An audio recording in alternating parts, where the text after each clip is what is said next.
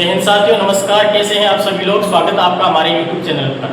तो पीछे वाली क्लास में अपन ने प्रश्नावली 2.2 कक्षा 10 की प्रश्नावली 2.2 के प्रश्न नंबर 1 के 3 टॉपिक किए थे, 3 सवाल किए थे। आज अपन उसके आगे वाली जो टॉपिक है उनका सवाल नंबर 4, 5 और 6 उनकी चर्चा करते हैं। और यहाँ लिखा हुआ है क्वेश्चन नंबर 4 4u² + 8u। क्या लिखा हुआ है? 4u² + 8u। क्वेश्चन समझाता हूँ। क्वेश्चन क्या था? क्वेश्चन पिछले क्लास में मैंने लिखा था, वापस रिपीट कर देता हूँ। ये बहुपद दे रखा है, इसके हमें शून्य ज्ञात करने हैं और शून्यकों तथा गुणांकों के बीच संबंध की सत्यता की जांच करनी है। प्रश्न लिखा हुआ है, निम्न बहुपद के शून्य ज्ञात कीजिए तथा शून्यकों तथा गुणांकों के बीच संबंध की सत्यता की हमें जांच करनी है। तो सबसे पहले ये जो हमें बहुपद दे रखा है इसकी अपन तुलना कर लेते हैं। किससे?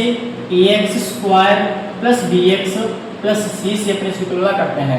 तो बताओ 8u लाइस वाला पद है क्या? नहीं है। c का मान नहीं है, अचर पद नहीं है, इसलिए 0 हो जाएगा। यहाँ पे a का मान कितना है? 4, b का मान है 8 और c का मान क्या हो जाएगा? 0 हो जाएगा। इसके अपन तुलना कर ली बहुपद से ax² + bx + c से। अपन याद करते हैं इसके शून्य। उसकी मेथड बताई थी मैंने। कौन सी विधि बताई थी? गुणनखंड विधि बताई थी।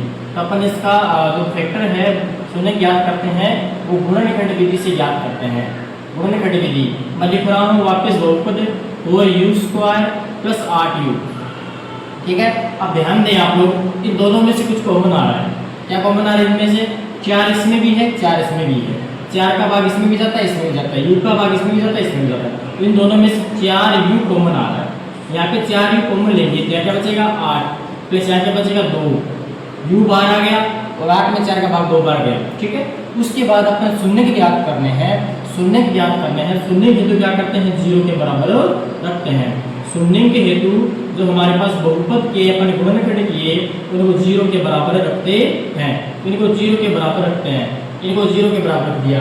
इसका मतलब क्या हुआ? इसका मतलब ये हुआ, एक बार 4u 0 के बराबर है और एक बार u + 2 भी क्या है? 0 के बराबर है। यहाँ से 4u क्या आ जाएगा? 4u = 0 और इधर से u + 2 बराबर भी क्या आ जाएगा? 0। यहाँ से u का मान कितना आ गया? 0। u का मान आ गया 0 और यहाँ से u का मान जो हमारे पास आया है वो वैल्यू आई है -2। अब मैंने उस लास्ट वाली क्लास में बताया था, जो भी हमारे पास शून्य आ रहे हैं द्विघात बहुपद के, उनको एक को तो मानना है अल्फा। क्या मानना है? अल्फा। इसको मान लिया अल्फा = 0 और एक को मानना है बीटा। बीटा = 0। ये हमारे पास क्या आ गए? 2 शून्य आ गए। उसके बाद प्रश्न बोल रहा है, प्रश्न ये बोल रहा है कि इसके शून्य ज्ञात कीजिए। शून्य के अपन ने ज्ञात कर दिया कि 0 और 1 -2। अब हमें ज्ञात करना है शून्यकों तथा गुणांकों के बीच संबंध की सत्यता की जांच। अपन ज्ञात करते हैं सत्यता की जांच। नेक्स्ट है इसमें सत्यता की जांच। अपन जांच करते हैं सत्यता की। जैसे जांच में पहला जो पॉइंट था वो था शून्यकों का योग। क्या था? शून्यकों का योग। शून्यकों का योग क्या होता है? शून्यकों का योग वो होता है -b/a। -b/a होता है शून्यकों का योग। बताओ शून्य क्या है? Alpha + beta. शून्य क्या है? Alpha + beta. तो यहाँ पे अल्फा का मान कितना है? देख के बताओ। अल्फा का मान है 0 और बीटा का मान कितना है? -2। बीटा का मान -2 बराबर का चिन्ह यहाँ माइनस सूत्र में है। b का मान देखो यहाँ कितना है? 8। कितना है? 8 b और a का मान कितना है? 4। a का मान है 4। तो यहाँ पे कितना आ गया? -2 बराबर 8 के 2 का 4 का भाग कितना जाएगा? -2 बार जाएगा। इसका मतलब LHS बराबर क्या आ गया? इसमें RHS के बराबर आ गया। शून्यकों का योग तो हमारे पास बराबर आ रहा है और चेक करते हैं शून्यकों का गुणनफल के बराबर आता है क्या। दूसरा कौन सा आ जाएगा? शून्यकों का गुणनफल। शून्यकों का गुणा चेक करते हैं। शून्यकों का गुणा भी बराबर आता है क्या? शून्य का गुणा क्या होता है? Alpha × beta = c/a। यहाँ पे अल्फा का मान कितना है? 0। बीटा का मान कितना है? -2 बराबर c का मान देखो कितना है? 0। a का मान कितना है? इधर 4। तो 0 को 2 से गुणा करें क्या आएगा? 0 बराबर 0 में 4 का भाग दें क्या आएगा? 0। इसका मतलब दोनों बराबर आ गए। इसका मतलब हमारी सत्यता की जांच से एकदम राइट है। यानी शून्य यही होंगे, एक 0 क्या होगा? -2 होगा। क्वेश्चन नंबर इसका 5वां दे रखा है, पार्ट दे रखा है। क्या है? t² - 15। टी स्क्वायर माइनस 15 एक बहुपद है, इसकी हमें ज्ञात करना है। टी स्क्वायर माइनस 15 के शून्य की ज्ञात कीजिए और शून्य को तथा गुणा के संबंध से पता की जांच कीजिए। तो अपन इसकी पहले तुलना कर लेते हैं A X square plus B X plus C से। इसकी तुलना करते हैं तो हमारे पास क्या आएगा, इसको मैं ऐसे लिख सकता हूँ क्या, T square plus 0t minus का 15। यहाँ से ए का मान हमारे पास आ गया 1, बी का मान आ गया 0 और सी का मान आ गया माइनस का 15। ये हमारे पास इसकी तुलना आ गई, ठीक है। ए और बी और सी के मान आ गए। अब हम गुणनखंड विधि लगाते हैं। गुणनखंड विधि से इसके फैक्टर ज्ञात करते हैं। कौन सी विधि से, गुणनखंड विधि से, ठीक है। गुणनखंड विधि यदि लगाएं इसमें, वैसे नहीं लिखता, गुणनखंड विधि अप्लाई होगी डायरेक्ट इसके आंसर आ जाएंगे, ठीक है। डायरेक्ट भी आंसर आ जाएंगे। हमारे पास बहुपद क्या है, हमारे पास बहुपद लिखा हुआ है टी स्क्वायर माइनस का 15। इसके अंदर बीच वाला पोर्शन नहीं है, बीच वाला पोर्शन नहीं है, इसलिए अपन इसके फैक्टर नहीं करेंगे। फैक्टर करने के लिए बीच वाला चाहिए 0t। यदि यहाँ पे t का मान होता, यानी t वाला बहुपद होता, तो अपन b का जो मान होता तो हम इसके टुकड़े करते, गुणनखंड विधि लगाते, लेकिन इसमें टुकड़े करने के लिए कुछ है नहीं, t का मान नहीं, तो इसलिए अपन शून्य के हेतु बराबर 0 के रख देंगे। शून्य के हेतु डायरेक्ट इसको 0 के बराबर रख देंगे। तो हमारे पास टी स्क्वायर माइनस 15 बराबर क्या आ गया, 0। अब इसको इधर भेजेंगे, ये माइनस का दर्जा क्या हो गया, प्लस का। टी स्क्वायर पर क्या आएगा, प्लस का 15। यहाँ से स्क्वायर हटेगा तो क्या लग जाएगा, अंडर रूट में प्लस माइनस 15, ठीक है।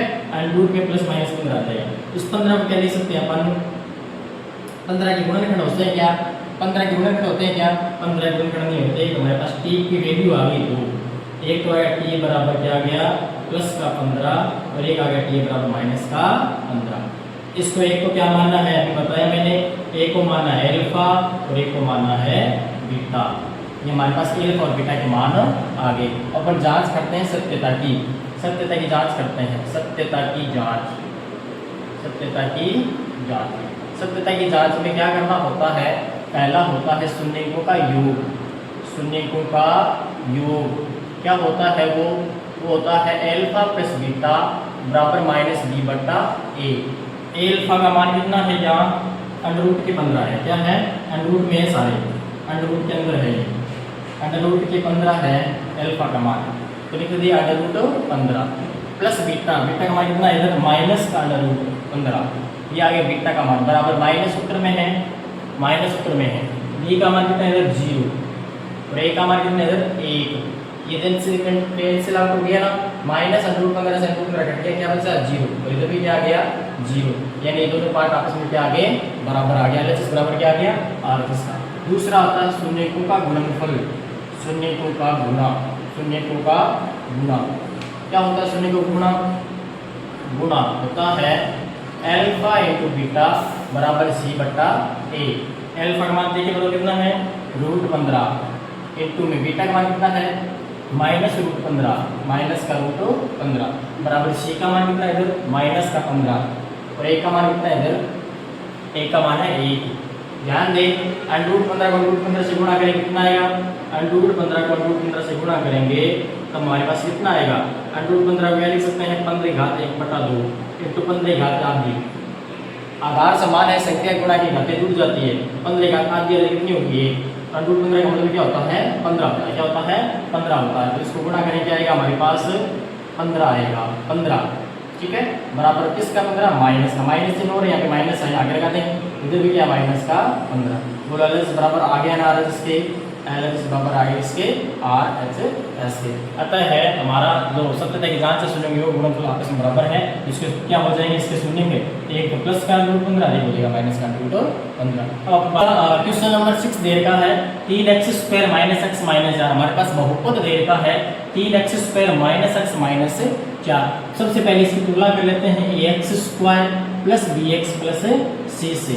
इसकी तुलना करते हैं, हमारे पास क्या आता है, a का मान आता है 3, b का मान आता है माइनस का 1 और c का मान आता है माइनस का 4। अब अपने इसमें गुणनखंड विधि लग जाएगी, इसमें गुणनखंड विधि अप्लाई करते हैं। क्यों, यहाँ पे बीच वाला पोर्शन दे रखा है, b का मान हमें दे रखा है, इसलिए गुणनखंड विधि इसमें लगाते हैं। गुणनखंड विधि, गुणनखंड विधि, गुणनखंड विधि क्या बोलती है, अपन अभी लगाते हैं 3x² minus x plus minus का 4। कल वाली क्लास के अंदर बताया मैंने कि पहले और तीसरे को गुणा करने पर हमारे पास कितना चाहिए -4×3 12 पहले को और तीसरे को गुणा करने पर चाहिए -12x² प्लस माइनस करने पर आना चाहिए माइनस का 1x। ऐसे दो नंबर लेने हैं कि गुणा करें तब तो आ जाए 12, प्लस माइनस करें तब आ जाए 1।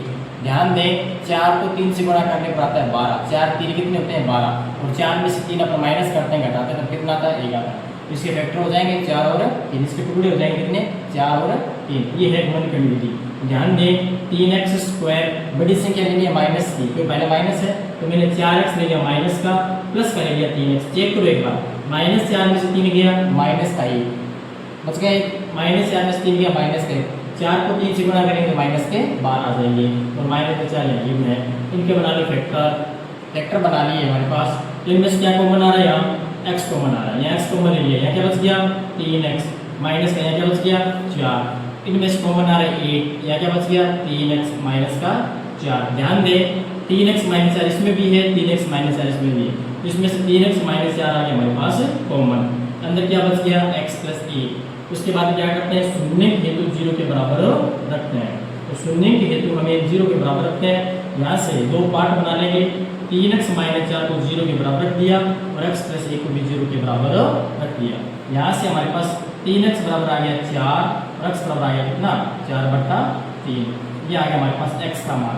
यहाँ से x का मान कितना आ गया माइनस का 1। इस 1 को तो मानना है क्या अल्फा, और 1 को मानना है क्या बीटा। हमारे पास अल्फा और बीटा की वैल्यूज आ गई।